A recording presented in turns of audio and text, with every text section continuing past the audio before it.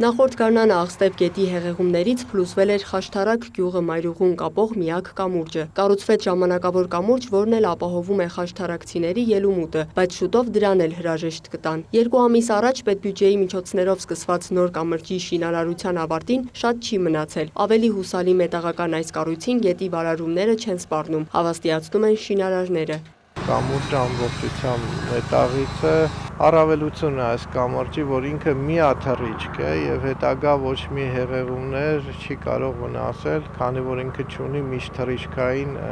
սյուներ, հենարաններ։ Նախորդ կամուրջի լուծումը ինքը եռաթռիչք էր եւ ուներ 2 հենասյուներ, հենասյուների շար գետի մեջ։ Մասնավորապես խորտակվել էր հեղեղման պատճառով միջթռիչքային սյուներից մեկը եւ կամուրջը դեֆորմացվել էր եւ երթևեկելի չէր։ Սա Խաշթարակում կառուցվող 3-րդ կամուրջն է, նախորդ 2-ը խորհրդային տարիների կառույց էր, 2-ն էլ նույն ճակատագիրն ունեցան։ Գյուղում ասում են, սա կյանքի ճանապարհ է եւ անհամբեր սպասում են գործարկմանը։ Կառուցվում է ժամանակակից առանց հենասյուների մոստեր, ավելի ամուր, ավելի